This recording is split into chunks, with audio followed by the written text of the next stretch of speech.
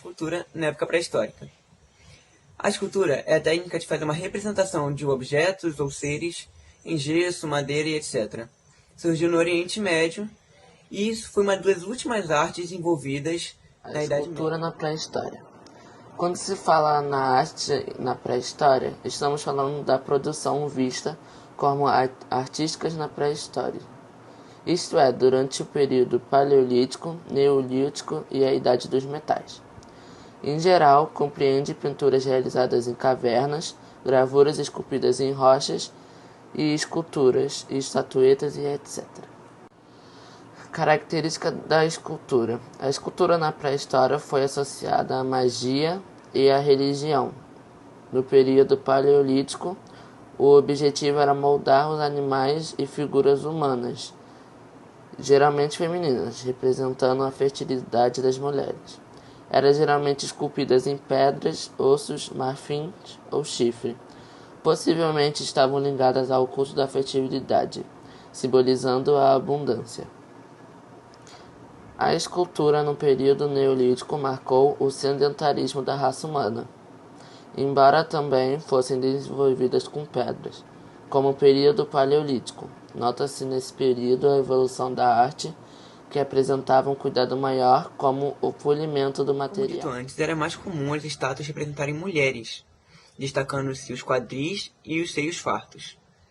Como temos de exemplo, Vênus de Willendorf, com os braços frágeis e quase imperceptíveis, que dobram-se sobre os seios e uma face não muito visível.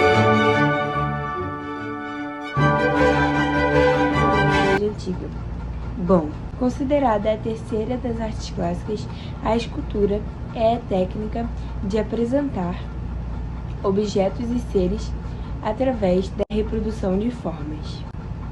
Para que sejam feitas as esculturas, eles utilizam materiais como aço, mármore, gesso, madeira, resinas, entre várias outras coisas. É importante lembrarmos que para cada técnica são materiais diferentes. Dentro desses materiais que eu citei, eles usam 4 técnicas: cinzelação, fundição, moldagem e aglomeração de partículas. Sua origem baseia-se na imitação da natureza, com um intuito maior de representar o corpo humano. A escultura na pré-história foi associada à magia e à religião. Continuando, no período paleolítico, o objetivo era moldar animais e figuras humanas, geralmente femininas. E para finalizar meu trabalho, que eu fiz um resumo sobre a escultura, sobre o material que é usado, não poderia deixar de lembrar o quanto as esculturas são bonitas e que é uma técnica muito conhecida. Eu vou falar sobre os trabalhadores e escultores da Grécia, Roma e Egito Antigo. Na Grécia, um dos escultores muito conhecidos é o Fídias. Ele foi conhecido por ter feito 2 grandes esculturas, que é a Atena Pártenos e uma escultura de Zeus no Olímpio. Algumas das obras do Fídias estão expostas no Museu da Dinamarca. Já a Roma, ela deve muito à Grécia, porque muitos de seus trabalhadores /escultores se inspiraram em algumas obras da Grécia para poder esculpir as esculturas em Roma. No Egito, os artistas só fazem as suas obras por encomenda e raramente assinam as suas obras finais. O trabalho acontece nas oficinas e reúne os seus executores e mestres. Ele também reúne os mais variados de artistas, como escultores, pintores, carpinteiros e até mesmo embalsamadores. Aqui nós vemos um desses trabalhos, que é a máscara funerária de Tutankhamon. Durante a Idade Média. Bom, a arte da escultura teve um grande desenvolvimento durante a Idade Média, quando se iniciou o processo de desenvolvimento e difusão ocorreu de forma bastante rápida. Em pouco tempo, os escultores desenvolveram uma grande técnica em que eles poderiam realizar obras de arte em nível tão elevado que poucas vezes foram repetidas durante toda a história. Todas as formas da escultura eram determinadas pela arquitetura que era chamada de arte maior. A escultura monumental gótica surge no primeiro período, século XII e XIII, concentrada no exterior das catedrais, enquanto no interior é quase despida. As primeiras esculturas em estilo gótico vão ser concentradas na Catedral de Chartres, em Paris. Inicialmente, essas esculturas apresentavam um aspecto estilizado, onde apenas os rostos das figuras parecem humanos e naturais. Bom, agora meu amigo Nicolas vai falar um pouco mais sobre a evolução da escultura. Meu nome é Nicolas e, como dito anteriormente, sou eu quem irá dar seguimento a essa explicação. Outra característica super importante das esculturas góticas é que elas eram completamente neutras. Elas não riam, elas não choravam, elas não apresentavam nenhum tipo de expressão ou movimento. Elas também eram totalmente estilizadas e apenas seu rosto se parecia com o humano. Elas inicialmente eram esculpidas apenas em túmulos de reis e de figuras super importantes da nobreza. Anos depois, elas também começaram a ser esculpidas em figuras inferiores da nobreza, como cavaleiros. Continuando com a explicação, Mateus. A escultura, como conhecemos hoje, surgiu no Oriente Médio. Porém, foi uma das últimas artes a serem desenvolvidas, talvez por causa do seu apelo sensual. A Grécia clássica foi considerado o berço da arte de esculpir, já que muitos escultores faziam suas obras de artes por lá.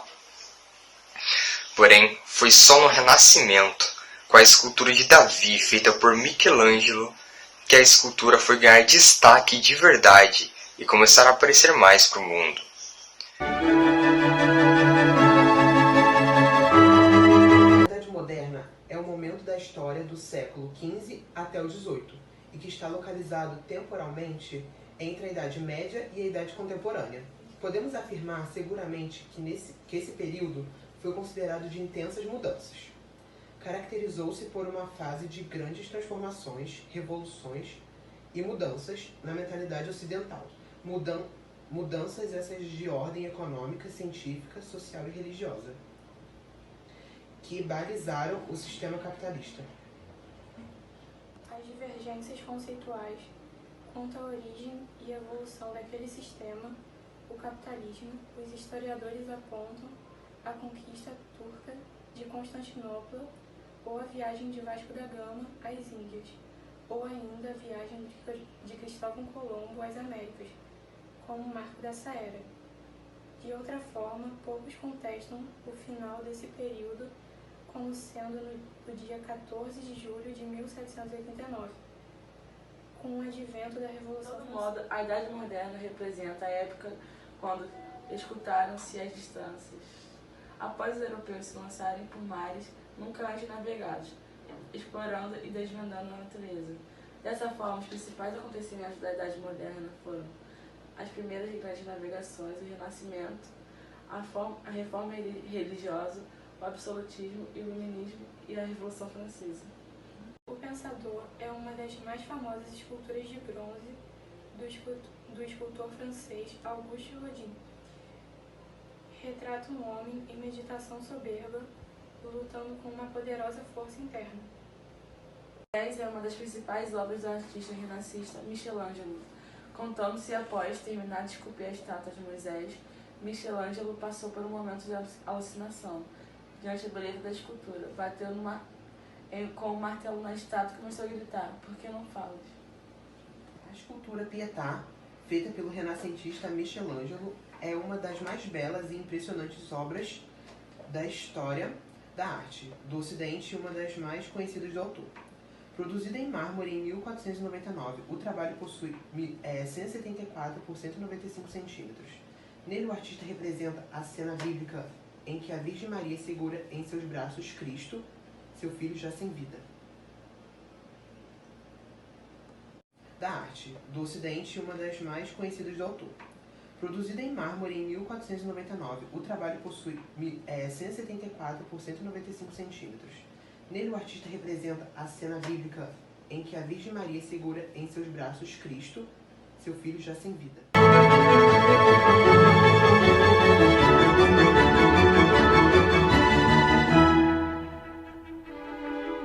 Importância da arte contemporânea em nossas vidas. O estudo da arte contemporânea nos proporciona uma visão diferente de mundo, podendo alcançar um novo e diferente sentido às coisas e objetos.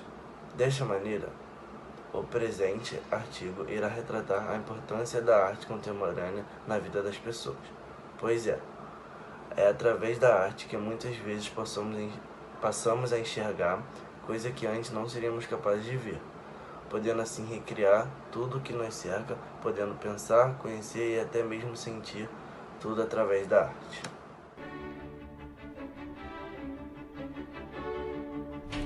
Uma das artes mais famosas do mundo é a de Kumi Yamashita. Kumi Yamashita esculpe usando luz e sombra. O artista constrói objetos simples ou coordenados entre si, dispondo-os em conveniência com uma fonte luminosa única. As obras de arte completa de Yamashita contemplam, assim, tanto os materiais como o imaterial, luz e sombra. A arte contemporânea é uma tendência artística que nasceu na segunda metade do século XX. Após a Segunda Guerra Mundial, também conhecida como arte pós-moderna, essa tendência teve início, sobretudo, com o advento do pop art, do minimalismo.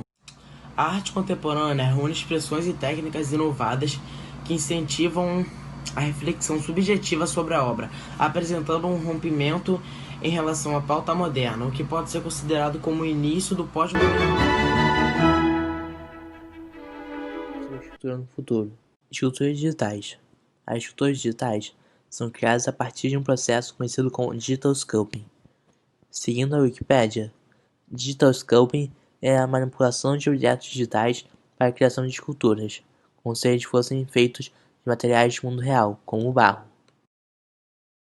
Existem diversos programas para modelagem 3D, como ZBrush, Maya, 3ds Max, Cinema 4D e outros.